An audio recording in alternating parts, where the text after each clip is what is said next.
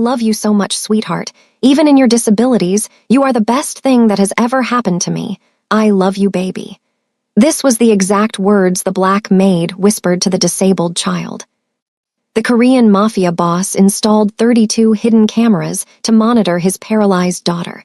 But he wasn't prepared for the secret life the black maid led in the quiet hours when she thought the house was asleep. Kim Jae stood in the darkness of his high-tech command center at 2:00 a.m., his tattooed chest rising and falling in the blue glow of 24 screens. His finger trembled slightly as it hovered over the live feed of the nursery, a cold dread pooling in his stomach that no amount of Street One power could suppress. That morning, the technicians had finished weaving a web of invisible lenses into the moldings and light fixtures, completing a digital fortress designed to ensure Subin was never truly alone. Jai told himself this was an act of love, that a father who had seen the worst of the soul underworld was simply being thorough in a world that had already stolen his daughter's ability to walk. But as he stared at the grid of unblinking eyes, the silence of the mansion felt less like safety and more like a tomb.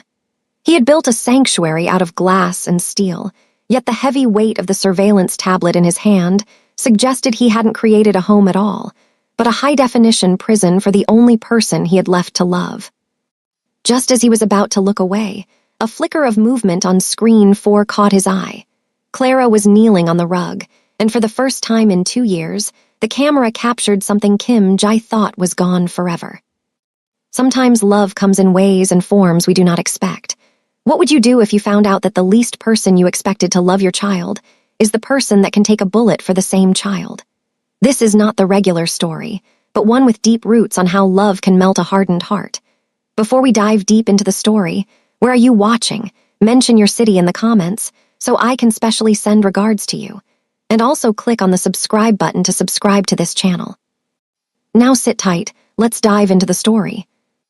The arrival of the 13th candidate did not begin with the usual subservient knock or the polished clicking of professional heels on the cold marble of the foyer. Instead, it began with a sound Kim Jae hadn't heard within these walls since the accident, the rhythmic, unabashed humming of a soulful melody that seemed to challenge the very silence of the mansion. Jae stood at the top of the grand staircase, his white shirt unbuttoned, the ink of a dragon's tail peeking out from his collarbone. He watched as the heavy oak doors swung open to reveal Clara. She didn't look like the specialists who had come before her. Those women had arrived in starch-stiffened scrubs, smelling of antiseptic and suppressed fear, looking at the mansion as if it were a high-security lab, and at Subin as if she were a delicate piece of glass already shattered. Clara stood in the center of the entryway, a single worn suitcase at her side. She was dressed in soft, cotton blue and white striped pajamas, or perhaps they were loungewear, that looked entirely too comfortable for a house governed by ironclad rules. The stripes were bold and bright, clashing beautifully with the somber, darkwood paneling of the hall. "Mr. Kim," she called out, her voice echoing upward. She didn't wait for him to descend. She shielded her eyes from the glare of the massive chandelier, looking up at him with a gaze that was neither intimidated nor defiant. It was simply observant. Jai descended the stairs slowly, his presence a physical weight in the room. He stopped 3 steps from the bottom, maintaining his height advantage. "You were sent the employee handbook, Ms. Clara. Page 4 clearly dictates the uniform, clinical white, sanitize ready. You look like you're prepared for a Sunday morning in bed, not a shift in a medical recovery suite." Clara didn't flinch. She smoothed the fabric of her striped sleeve, her expression softening into a small, knowing smile. "I read the handbook, Mr. Kim. I also read the room. This isn't a hospital, though you've certainly spent enough money trying to make it feel like one. And Subin isn't a patient. She's a little girl." "She is a child with specific, high-level needs," Jai countered, his voice dropping to a dangerous low. "Needs that require professional boundaries. The white uniform represents authority and cleanliness." "The white uniform represents fear," Clara corrected him gently. She took a step closer to the stairs, invading the personal space he usually used to terrify his subordinates. To a child who has spent half her life in clinics, white is the color of needles, of cold hands, and of people who talk about her in the third person while she's sitting right there. I chose these stripes because they look like the sky, because they move when I move. I'm here to brighten the room, not to disappear into the wallpaper. Jai felt a surge of irritation, but beneath it, a flicker of something he couldn't name. He thought of the 12 women who had worn the white scrubs. They had followed every rule, logged every milliliter of fluid, and yet Subin's eyes had remained vacant, staring at the ceiling as if waiting for a storm that never ended. I have cameras in every room, Clara, he warned, leaning forward. I see everything. If your brightening of the room interferes with her physical therapy, or if you think your comfort comes before her safety, you will be out of these doors before the sun sets. Good, Clara said, reaching down to pick up her suitcase. Her smile didn't fade. If anything, it reached her eyes, which were filled with a profound, steady strength. I hope you do watch, because if you're looking through those screens, it means you're actually looking at your daughter. That's a start. She didn't wait for his permission to proceed. She asked the hovering butler for the way to the nursery and began to walk, the blue and white stripes of her clothes flickering like a beacon against the shadows of the long, silent corridor. Jai stayed on the stairs, his hand gripping the banister until his knuckles turned white. He watched her go, then turned toward his study. He needed to see this. He needed to see the moment this woman in the striped clothes realized that the silence in Subin's room was a vacuum that sucked the life out of everyone who entered. He sat before his monitors, the blue light reflecting off his tattoos, and waited for the cameras to show him the failure he was certain was coming. But as Clara entered the nursery and the screen flickered to life, he saw her do something no one else had ever done. She didn't check the vitals monitor. She didn't straighten the bedsheets.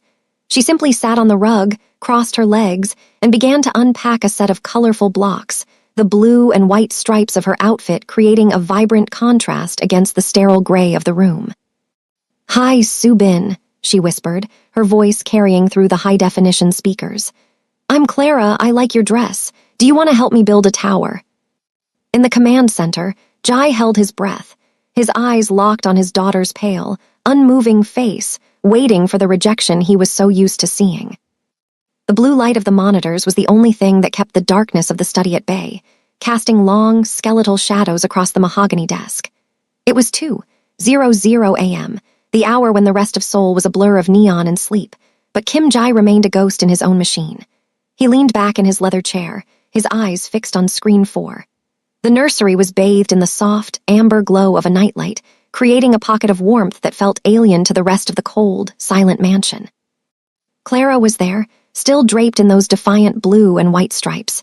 She wasn't in a chair or standing at a professional distance. She was sitting directly on the thick rug, her legs tucked under her, creating a small circle of intimacy with Subin. Between them lay a scattered array of colorful wooden blocks, bright reds, yellows, and deep blues that looked like gems against the muted carpet. Jai watched, his breath hitching, as Clara picked up a yellow block and tapped it twice against the floor. Tap, tap. Then she paused, looking at Subin with an expression of intense, patient focus. She repeated the motion, adding a third beat. Tap, tap, tap. It was a simple rhythm, a heartbeat in the silence. Your turn, little bird. Clara's voice drifted through the high-fidelity speakers, low and melodic. For a long minute, Subin didn't move.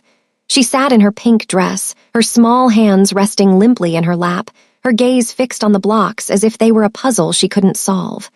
Jai felt the familiar, crushing weight of disappointment. He had seen this 1,000 times with the other nurses. The attempts at engagement met with the impenetrable wall of his daughter's withdrawal.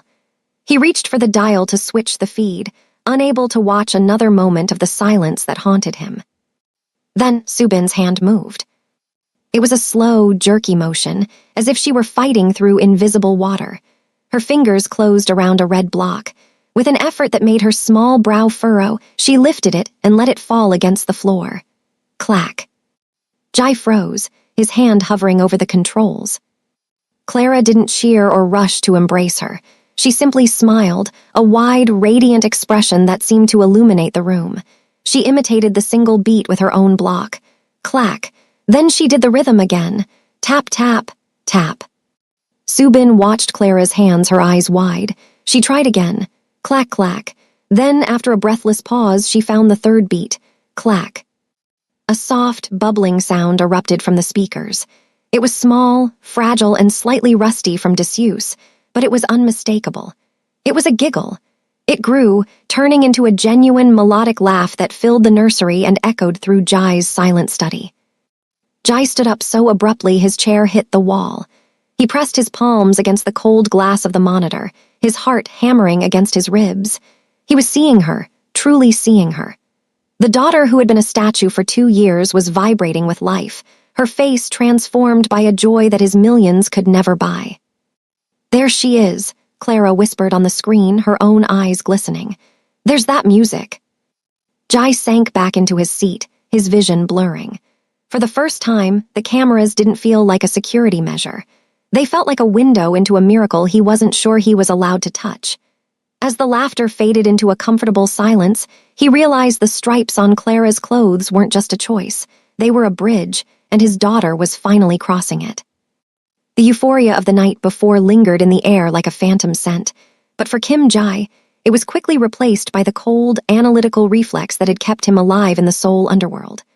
A mafia boss did not survive on miracles alone. He survived on information. While the house slept, Jai sat in the dim light of his office, the laughter of his daughter still echoing in his mind, clashing with the professional suspicion that governed his soul. He pulled up Clara's digital file, the one his security team had vetted weeks ago. On the surface, it was impeccable, nursing degrees, glowing references, a clean record. But Jai began to dig deeper, bypassing the official resumes and diving into the raw data of the city's archives. He cross-referenced her maiden name, Adler, with the shipping manifests and police reports from 3 years prior. His fingers froze over the keyboard as a specific geographic coordinate blinked on the screen, District 9. The memory hit him with the force of a physical blow. District 9 had been a chaotic sprawl of international shipping containers and low-income housing that stood in the way of his gateway to the East Development Project. When the local unions refused to move, Jai had authorized a cleansing operation. It was supposed to be a scare tactic, a midnight raid to dismantle the hubs, but his enforcers had been overzealous. A fire had broken out, and a structural collapse in a nearby warehouse had turned a routine intimidation into a tragedy. Jai scrolled through the list of casualties from that night. His eyes locked onto a name, Marcus Adler. The report was clinical. Marcus had been a young dock worker, a promising student who had been in the wrong place at the wrong time. He had survived the collapse, but the damage to his spine was absolute. He was paralyzed from the waist down. Jai leaned back, the leather of his chair creaking in the silence. He felt a sudden, sharp chill. He opened a secondary file, a private investigator's report he'd commissioned on the survivors to ensure no lawsuits would stick. There, tucked away in the digital shadows, was a photograph of a younger Clara standing outside a rehabilitation center, her face etched with a grief so profound it mirrored the look Jai saw in the mirror every morning. She wasn't just a nurse. She was the sister of a man whose life he had destroyed for the sake of a real estate margin. He looked back at the monitor displaying the nursery. Clara was now asleep in the armchair beside Subin's bed, her head tilted back, still wearing those blue and white stripes. To anyone else, she looked like a dedicated caregiver. To Jai, she now looked like a Trojan horse. The coincidence was too perfect, too jagged to be ignored. Had she sought him out? Was the laughter he'd heard an hour ago part of a long con, a way to gain his trust before striking at the heart of the man who had crippled her brother? Or was it something more terrifying, that the only person capable of saving his daughter was the one person who had every right to kill him? Jai watched her chest rise and fall through the grainy infrared lens. The digital eyes he had installed to protect his daughter had finally done their job, but the truth they revealed was a weapon he wasn't sure he was ready to face. He reached into his desk drawer, his fingers brushing the cold steel of his handgun, his gaze never leaving the woman who brought music into a house built on blood and silence. The following night, the air in the command center felt heavy, thick with the scent of expensive tobacco and the silent accusations of the files sitting on Jai's desk. He watched the screen, his gaze fixed on Clara with a new, jagged intensity. He looked for a slip in her mask, a sign of the vengeance he was certain must be simmering beneath her skin. Subin was asleep, her breathing steady and peaceful, but Clara remained awake. She was sitting on the edge of the rug, her back to the child's bed, staring directly into the lens of the hidden camera tucked behind the crown molding. She didn't look surprised or accidental. She looked as though she were staring into Jai's very soul. "I know you're there," she said. Her voice wasn't a whisper. It was a clear, steady vibration that cut through the low hum of the cooling fans in the study. Jai froze, his cigar smoldering forgotten in the ashtray. He hadn't moved, hadn't made a sound, yet she addressed the unblinking glass eye with the confidence of a woman standing face to face with him. "You think these lenses protect her," Clara continued, her eyes locked on the camera. "You think that by cataloging every breath she takes, you're fulfilling your duty. But you're not protecting her, Kim Jai, you're hiding." Jai felt a surge of cold fury. No one in Seoul spoke his name without a title, and certainly no one questioned his methods within his own walls. He reached for the intercom to dismiss her, to end this charade, but her next words stayed his hand. "You're a coward," she said softly, the blue and white stripes of her shirt shimmering in the dim light. "A coward hiding behind reinforced glass and digital sensors. You watch her laugh through a speaker because you're too afraid to hear it in person and realize you don't know how to respond. You'd rather be a ghost in the wiring than a father in the room." She stood up, walking toward the camera until her face filled the monitor, her expression one of profound, stinging pity. "You spent a fortune to make sure you never miss a moment, yet you've missed every single one because you aren't here. You see the tragedy of her legs, but you're blind to the miracle of her spirit." The silence that followed was deafening. Jai stared at the screen, his heart pounding a slow, heavy rhythm against his ribs. He wanted to see a predator, a woman seeking blood for District 9, but all he saw was a mirror. She wasn't just calling out a mafia boss, she was calling out a man who had used his power to build a wall between himself and the only thing that could actually break him. "She doesn't need a guard," Clara whispered, her breath fogging the lens for a brief second. "She needs you. But I suppose it's easier to be a god of the monitors than a man who has to ask for forgiveness." She turned away then, returning to her seat by the bed as if she hadn't just dismantled the Emperor's entire philosophy. In the study, Jai sat in the dark, the flickering blue light of the screens feeling suddenly like a cold, shallow grave. He looked at his hands that had built an empire and ordered cleansings, and realized they were shaking. For the first time, the cameras hadn't shown him a secret about Clara. They had shown him the truth about himself. The following morning, the atmosphere in the mansion didn't just feel heavy, it felt lethal. Jai was at his desk, the taste of stale coffee and bitter realization coating his tongue, when his encrypted phone vibrated with a priority alert. It wasn't a surveillance notification from the nursery. It was a message from the Viper Syndicate, his primary rivals in the city's concrete jungle. The attachment was a single, high-resolution photograph. It showed Clara standing on a rain-slicked street corner 2 days before she had applied for the job. She was speaking to a man Jai recognized, a low-level street soldier who specialized in gathering intelligence for the syndicate. In the photo, Clara's face was obscured by a hood, but the blue and white striped bag she carried was unmistakable. The text beneath the image was short. "The Viper knows who sleeps in your house, Jai. Your new nurse isn't there for the child. She's a ghost from District 9, sent to finish what the fire started. Handle your trash or we will." Jai felt the world tilt. The syndicate didn't care about the truth of Clara's grief. They only saw a tactical opening. To them, she was a perfect plant, a woman with a motive for vengeance who had successfully infiltrated the inner sanctum of their greatest enemy. If Jai didn't act, his own organization would see him as weak, compromised by a woman. He stood up and walked to the window, looking down at the garden where Clara was pushing Subin's wheelchair. From this height, the blue and white stripes of Clara's shirt were a bright, defiant target against the green grass. He watched as she stopped to pick a flower, handing it to Subin with a gesture so tender it made his chest ache. His hand moved to the drawer where his silenced pistol lay. The protocol was simple. In the world of the Mafia, suspicion was a death sentence. To protect the Empire, to protect the very child Clara was currently making laugh, he should have his men take her to the basement. He should eliminate the variable before the syndicate could use her to trigger a war. But then he looked back at the monitors. He saw the way Subin's eyes followed Clara, the way the girl's posture had changed from a slumped, defeated weight to something reaching, something alive. If Clara was an assassin, she was the most patient and cruel one he had ever encountered. killing him not with a bullet, but by giving him a glimpse of the heaven he had spent a lifetime forfeiting. He had to decide. Was she a weapon forged in the fires of District 9, or was she the only soul brave enough to walk through his gates and demand he be a man? The syndicate's threat was a shadow at the door, but the light Clara had brought into the nursery was a reality he couldn't bring himself to extinguish. "Call the security team," Jai said into his intercom, his voice cracking slightly before regaining its iron edge. "Yes, sir. Shall we prepare the holding room?"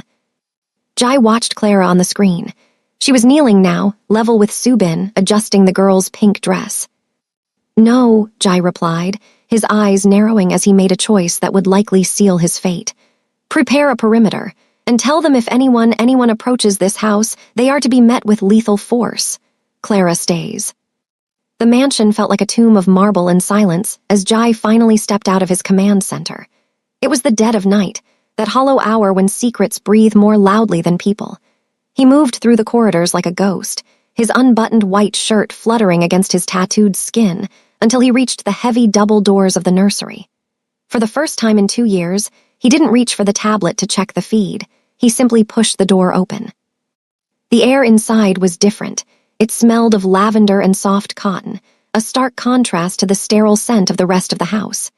In the corner, the amber glow of the nightlight caught the steady rise and fall of Clara's shoulders. She was asleep in the armchair, her head tilted to the side, still dressed in the blue and white stripes that had become the only color in Jai's gray world.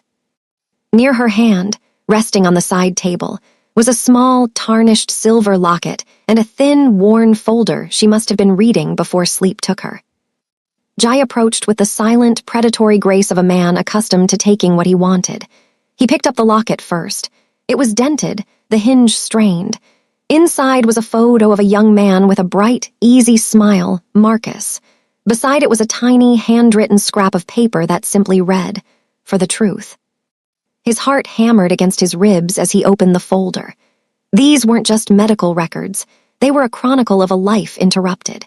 He saw the surgical notes from the night of the District 9 fire, the mounting debt of a rehabilitation center that Clara had been paying off in increments that must have cost her every cent she earned. But tucked into the back was something that made Jai's blood run cold. A newspaper clipping of himself, his face circled in red ink, dated the day the development project had been approved. He looked from the papers to the sleeping woman. He had expected to find evidence of a ransom plot or a syndicate contact list.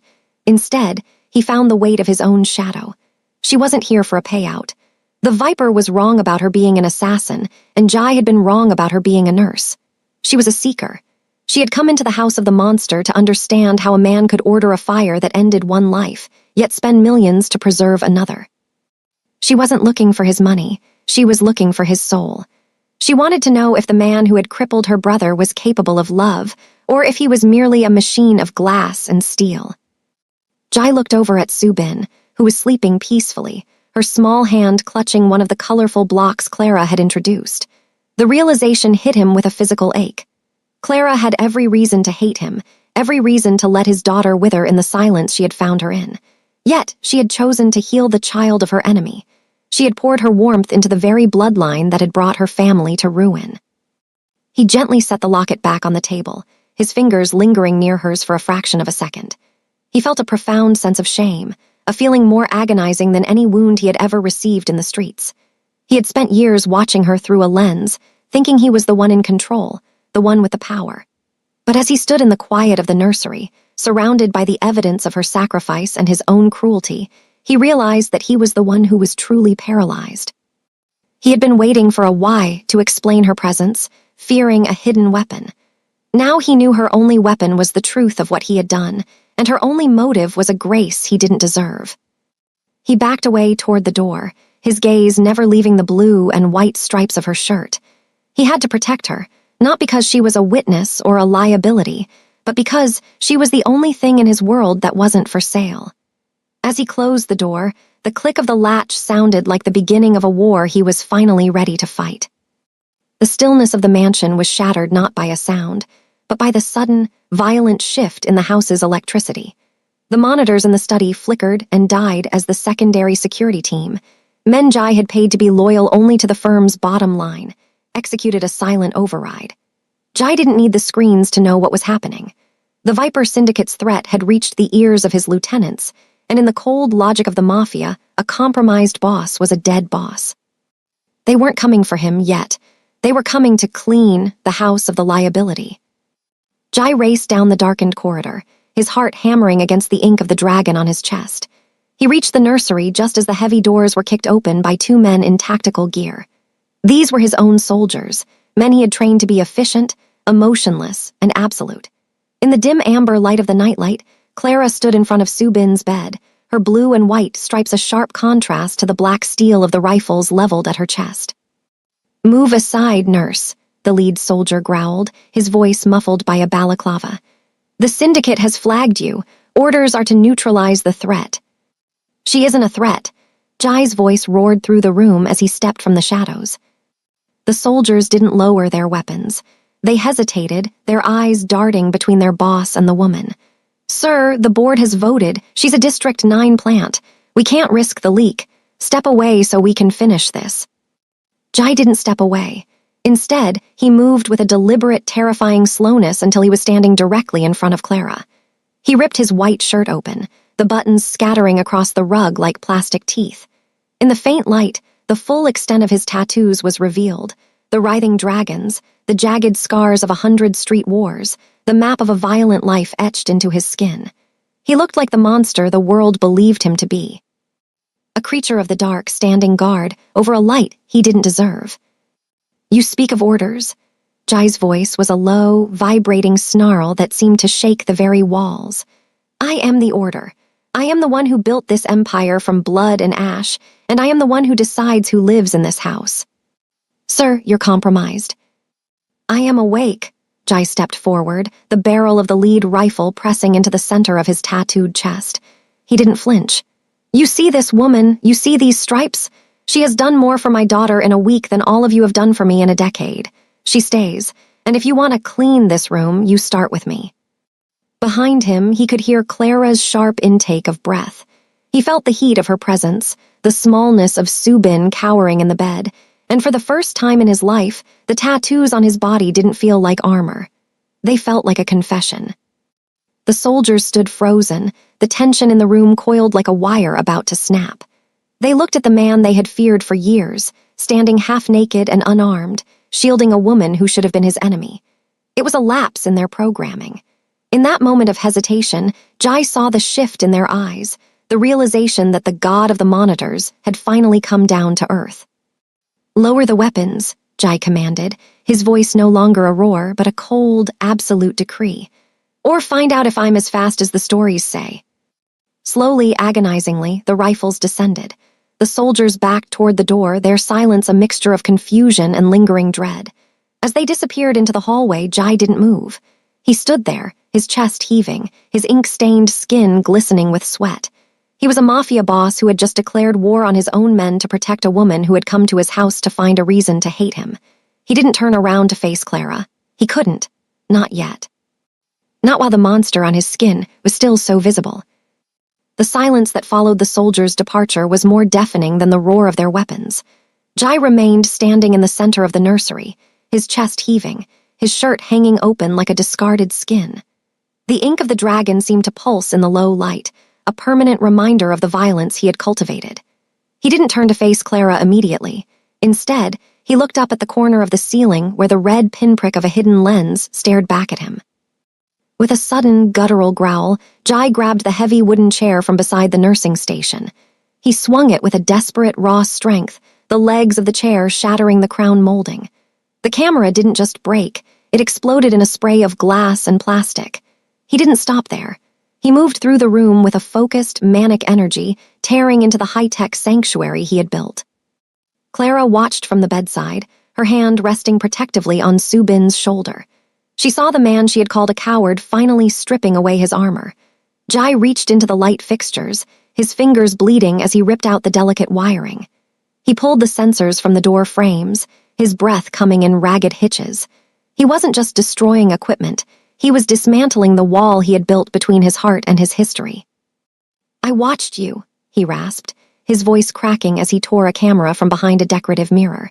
He turned to face her then, the shattered remains of a lens clutched in his hand. His white shirt was stained with dust and a drop of his own blood, the tattoos on his chest fully exposed to the air. I sat in that dark room and watched you heal her because I was too broken to do it myself. I used these eyes to steal the moments I was too afraid to earn. He walked toward the bedside, his boots crunching on the glass of his own surveillance state. He stopped a few feet from her, his posture no longer that of a boss or a predator, but of a man standing in the wreckage of his own making. The open shirt, revealing the map of his sins in ink and scar tissue, was his final surrender. He had nothing left to hide, not his guilt over District 9, not his fear of the syndicate, and certainly not the soul that Clara had forced back into the light. "The cameras are gone, Clara," he said, the glass falling from his hand to the rug. "There is no one watching anymore, no god of the monitors, just me." He looked down at Subin, who was watching him with wide, curious eyes. For the first time, Jai didn't look at her through a screen or a filter of pity. He looked at her and saw the life he had almost let slip away. He looked back at Clara, acknowledging the locket he had found, the brother he had crippled, and the debt that no amount of money could ever settle. Clara stood up slowly, her blue and white stripes a calm harbor in the middle of his storm. She didn't move away from the man with the tattooed chest and the bloodied hands. Instead, she took a step toward him, crossing the final boundary. She reached out, her fingers grazing the edge of his open collar, not in a gesture of affection, but of recognition. "The cameras were the easy part to tear down, Kim Jai," she whispered, her voice steady and soft. "Now you have to live in the house you've built." Jai nodded, a single, sharp movement. He felt the weight of the mansion pressing in on him, but it no longer felt like a prison. It felt like a foundation. He stood there in the ruins of his surveillance, exposed and vulnerable, finally ready to stop watching his life and start living it. The war with the syndicate was coming, and his empire was fractured. But as he stood in the nursery with the two people who mattered, he realized he had never felt more powerful than he did in this moment of total defeat. The weeks that followed the dismantling of the mansion's digital eyes were filled with a strange, quiet sunlight. The war with the syndicate hadn't vanished, but the battle within the walls of the Kim estate had been won.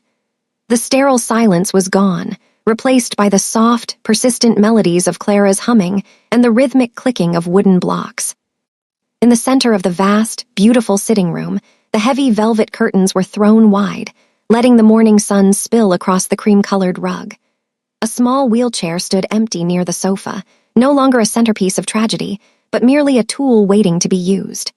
Kim Jai sat on the floor, his posture relaxed, the tattoos on his forearms visible as he rolled up the sleeves of a plain cotton shirt.